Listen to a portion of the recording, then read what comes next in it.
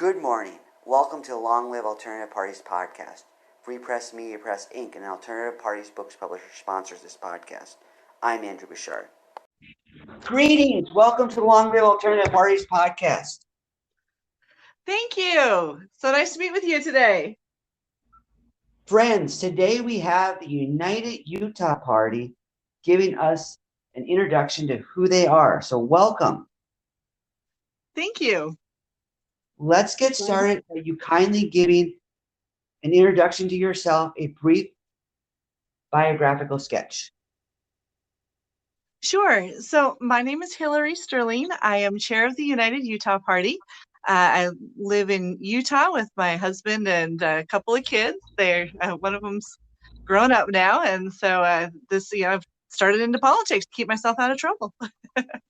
I've been with the United Utah Party for almost 3 years now, and I ran with the party in 2018 as a legislative candidate for the State House of Representatives. I've also served as executive director and vice chair, so kind of worked my way up. But as I said, now I'm chair and excited to be here with you. Excellent. Friends, we also have another guest who just hopped on, Wayne Woodfield. He is also going to speak. We have two guests today. We just had Hilliary introduce herself. So Wayne, if you could kindly give us an introduction to yourself, a brief biographical sketch. Sure. So I'm Wayne Woodfield. I am the vice chair of the party right now, serving under Hilliary. And I'm a former active member of the Republican Party. And just the way things went the last several years, I found myself a new political home with the United Utah Party and enjoying it very much. Good to hear. So Wayne, you touched on it, and Hilliary, also I'd like to know if you both could tell me how you got involved in the United Utah Party. What circumstances led you to get involved? Sure. So for me, I was involved in a local political issue in my hometown back in 2017. And as I got involved with that, I came to see how problems on the state level in our state legislature were creating problems and division and hardship in my own hometown. And it was affecting my friends and my neighbors and dividing my community. And so at that point, I decided I wanted to be even more involved, wanted to run for office. And so I started looking at my options for that. And I'm a pretty moderate person by nature and didn't feel like the Republican Party was a good fit for me anymore. I was a lifelong Republican up to that point. And as I said, wasn't feeling like it was my political home anymore. So I started looking at options and very quickly found the United Utah Party and met with the chair at the time, Richard Davis, and read the platform, discussed with him, more about the party and the founding of it, and really felt like it was a good fit. And so I ran, and it was my rookie run, and with a rookie party, it was the first time we'd run an actual full cohort. And I got almost 24% of the vote, so not too shabby. I was pretty pleased with it, and would love to continue to be involved. But this opportunity to serve as chair was too good to pass up. And you, Wayne? Yeah. So for me, I was a leader in my local precinct. I was a precinct chair.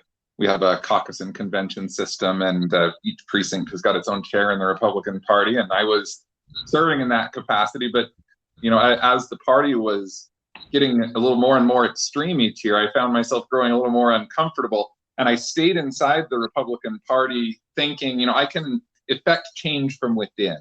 I can be a moderate voice and continue to move the Republican Party, more to the center with try and influence that change from within the party and power. That seems to be the right way to go. But I just found myself being pushed backwards every time I tried to push forward. And eventually, when things had moved to a point where I was just uncomfortable being a representative of the things that were being said and the things that were being done, I went ahead and bowed out and resigned my post. And leader at my office, one of the CEO at my office, knew that I was politically involved, knew that I was newly politically homeless, and told me, "Hey, have you heard about this new party that's being formed by the ex-moderate senator?" It was a Republican senator that was very moderate that his son actually helped form the party. And he said, "Have you heard about this new thing?" And I went to one of their meetings, and by the end of the meeting, I was a disciple. I was in the party, and since then, I've just been participating any way I could. Interesting stories. Thanks, folks. So, since you both are chairs, one chair and one vice chair, and you also mentioned, Wayne, when you were in the Republican Party, you were a precinct chair. I would like you to tell our audience what those positions involve. We have people who may be listening to the podcast who might want to get more involved in their own party, whether it's your party or some other alternative party. So kindly explain what those positions entail. Sure. So with the party chair on the state level, I'll go into that and then let Wayne describe, county and precincts level and that sort of thing. But on the state level, you typically have a chair, vice chair, treasurer, and secretary. Those are the officers for the state level party. And usually there's some other people who form a committee that help those officers guide the party in terms of their policy and stands they want to take, things like that. As chair, my primary responsibility is to find candidates and help them win. So that's the portion of the burden that I shoulder. And then, we have other committees, research and recruitment committees and volunteer outreach and such that help run the party, do the work of a party. And then we also have county level organizations. Wayne, if you want to talk about that a little bit. Sure. So in our party, the responsibility of the vice chair is to build the organization from the grassroots. So my primary responsibility is to make sure that all of our county leaders in the various counties in Utah are running the party organizations in their counties. They have the resources they need. And then whenever we need to have an event that's in their county or need to find some volunteers in their county, I'll reach out and liaison with our county leaders to do that.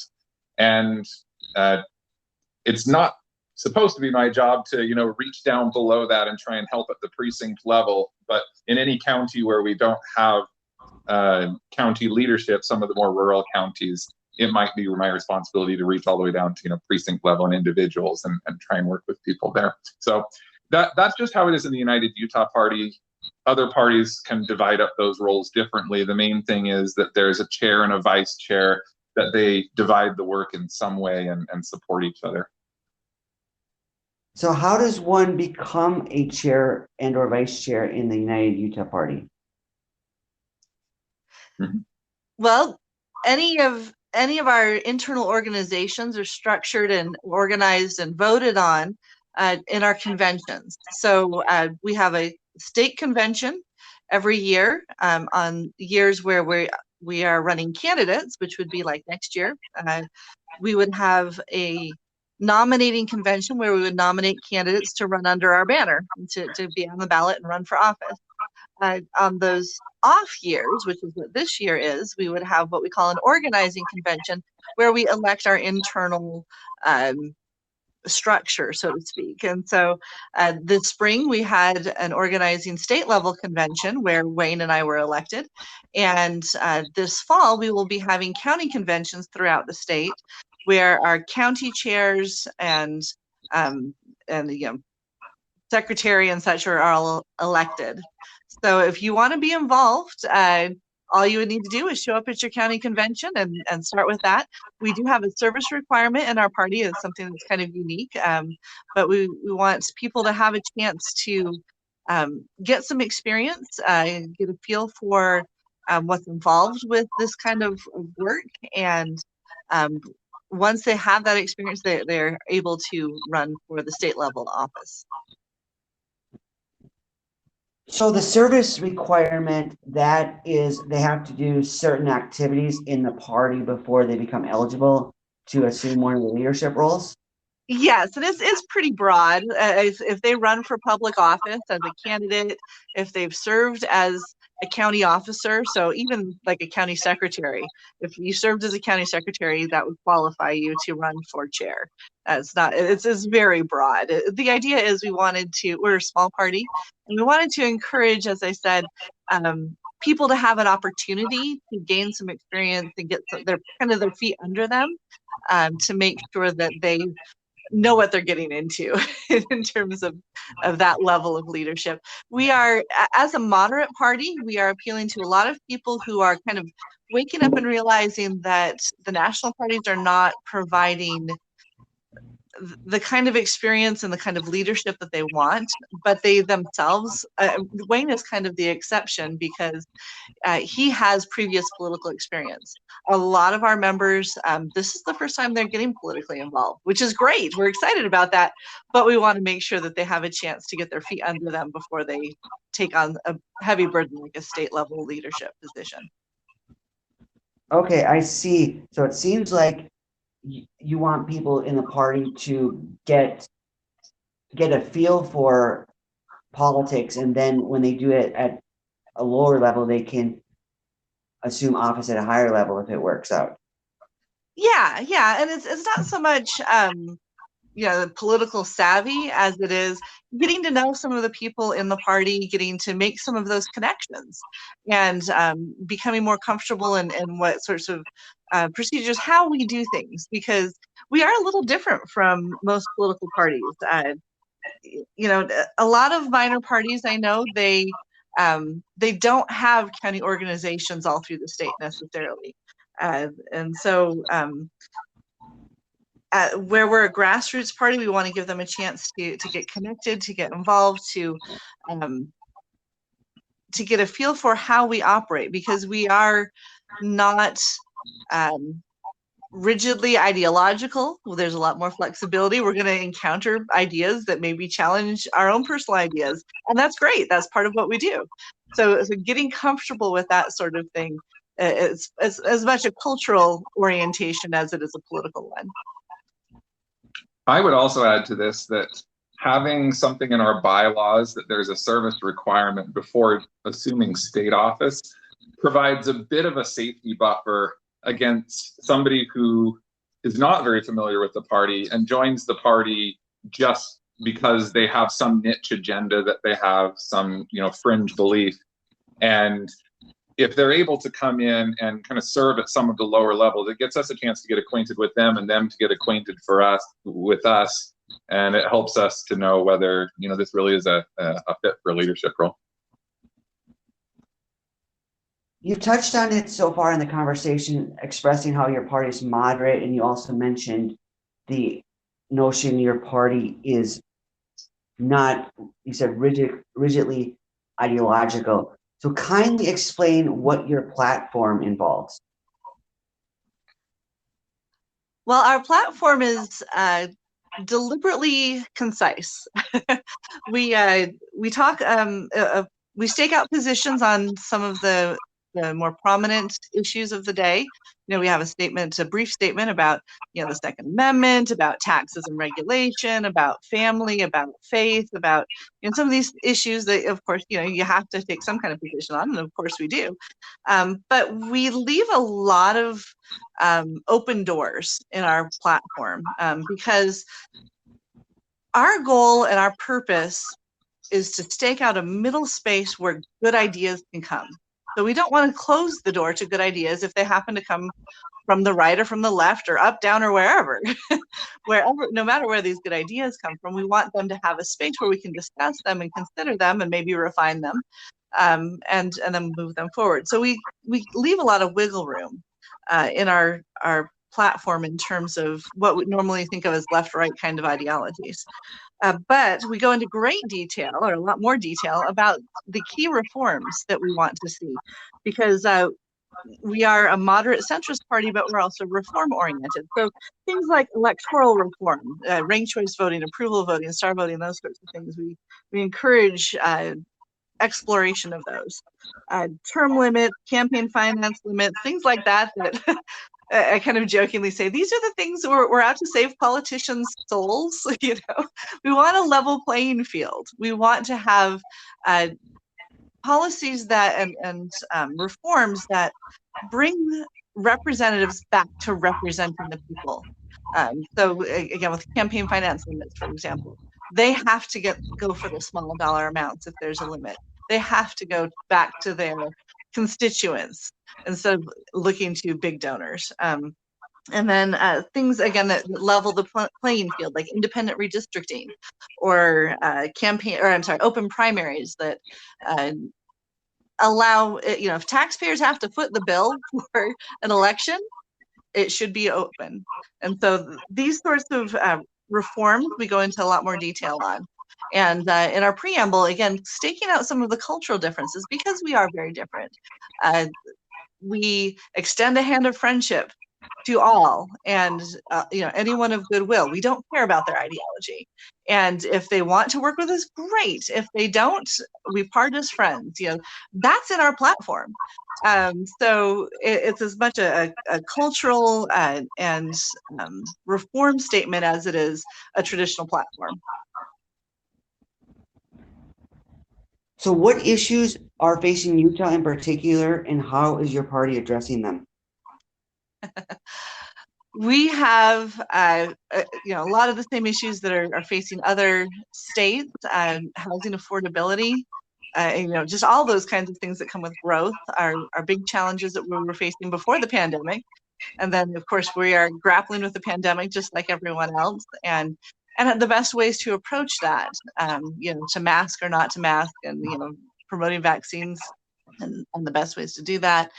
And then, of course, some of these other things the pandemic has laid bare, like the issues regarding race and police reform, and how do we strike a balance. And this might be a good illustration kind of where we're coming from. In terms of police reform, we want to make sure, because these police officers, the good ones, are putting their lives on the line. They are serving the public, and a lot of times they are not well paid. These are rough hours. This is rough on their home life. We need to honor and respect these public servants who are state actors and who are defending us as citizens.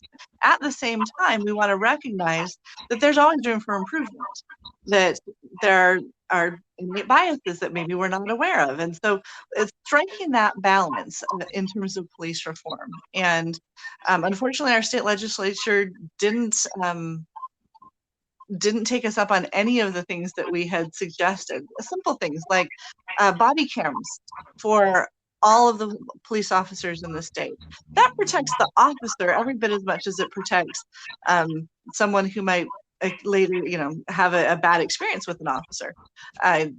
It's a protection for both. And why we wouldn't do that just doesn't make any sense if we're serious about both protecting our officers and protecting the communities they serve. So these issues are ones that we're facing and grappling with. And then some of them are a little more regional specific. We've got, of course, with environmental stewardship, we're facing a significant drought right now. And, what are some of the best ways to handle it? Water rights have always been a touchy subject in the West. And so, there's a lot that we are grappling with. And we know that the best policies come from the middle. The best policies come when you have different perspectives and different eyes, different ways of looking at the problem, and examining it from lots of different facets and refining it. But that can only happen when you have two things: differences of opinion and trust. And unfortunately, we don't have that in politics very much anymore. It's kind of a dying breed of politician who can effectively reach across the aisle and say, you and I might not see eye to eye, but that's okay. That's actually a strength. Let's work together and see what good we can accomplish. And that's what we bring to the table that's unique, even more than specific policies in regards to different issues. Since you both have had experience with politics, running for office and the like, what tips do you have for people out there who are running for office, whether they're in your state or somewhere else, whether they're in your party or some other alternative party? Who I would say on this, my first bit of advice is just go out and do it. It is something where everybody who has ever thought about running for office, I think probably imagines that the people who do this are a different sort of people than I am. These are people who have all sorts of political experience, who are strategic, who have a lot of strategic political experience. Oftentimes, these are just people who are civically engaged, who just want to make a difference. People who run for office from our party, they are usually political rookies, and they do a fabulous job. And just being on the ballot is the best marketing that our party has, because everybody who sees one of our candidates on the ballot goes into our website, finds out more about us, goes and looks them up and finds out more about them. And it can be something you devote a whole lot of time to. But the most important thing to remember is that you can do it without devoting your entire life to it for 3 months. It's something that you can put as much into it as you like. What would you say, Hilliary? I would say, firstly, I would second what Wayne said. And I would also add that to kind of elaborate on what he said at the very beginning, our legislators, our decision makers aren't experts. There are some things, Attorney General, of course, you need to be expert for that, that sort of thing. But especially for a legislative or like a city council position or even a mayoral position, you're not running to be the expert. You're running to be the representative. You have all the knowledge you need if you know your community. If you know and love your community and you are feel like you can speak for what your hometown or your home district needs, you are the expert then. There will be subject matter experts who come in and give you a background on housing affordability or, water rights or whatever issue might be coming up. You can gain that knowledge. What they need is your judgment. What they need is you to speak for your community. And so, yeah, if you are, like I said, if you love your community, if you are connected, if you are wanting to make this world a little bit better place than how you found it, then that's all the qualifications you need. And there's it is kind of intense. I jokingly, as I said, I'm a mom, and I jokingly say that it's kind of like giving birth. You've got 9 really intense months, and one way or another, it ends, but it's a good experience. It was worth the effort, and it's something that's for every person who's elected.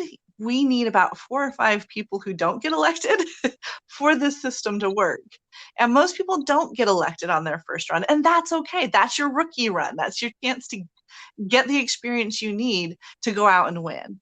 And so I would also say, if you run, go into that with that knowledge that, you might not win on your first run. It happens, but it's not the typical outcome.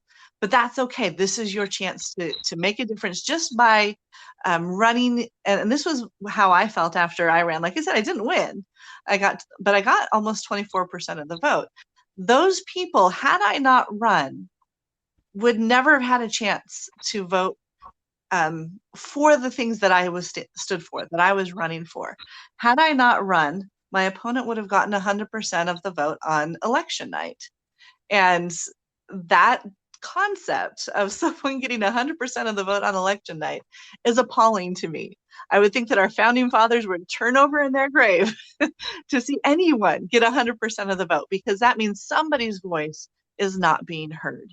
Somebody's vote and perspective is not being taken into account. And so there is value, there is a service just in stepping up to run, no matter what the outcome is. So how can our audience support your party, whether they live in Utah or elsewhere? Well, we are a state level party, of course. So one of the first and best things you can do is follow us on social media. We are on Facebook, Instagram, Twitter. I believe all of them are now at United Utah Party is our handle, United Utah Party. So it's a great way to keep tabs on what we're doing. And of course, any political party runs on a lot of volunteerism, and especially our party, we're running on small donations. So you can go to unitedutah.org, learn more about us there, and there's opportunities to to donate or to sign up to volunteer with us. So those are opportunities available. And if you're not in Utah, again, there are some things you can do from afar. We've certainly learned with the pandemic that a lot can be done remotely, but probably the biggest thing is to work for moderate solutions wherever you are. Help build that vote and that voice and that identity, because so much anymore we focus on the extremes, and that moderate identity has been lost. So. That sounds good. I'm sorry? I was wondering if Wayne had any thoughts on that. Yeah, I just to echo what you said, we've had some people who lived in Utah, got involved with the party, and then moved out of state and continued to support us because they believed in what we were doing. So certainly, if a volunteer comes to us from out of the state of Utah, we will welcome you with open arms, give you some outreach to do. The candidates we're electing are all going to be in Utah so far, but as we grow, there may be some opportunities for some coalitions out of state, and we would welcome that. Absolutely. Excellent.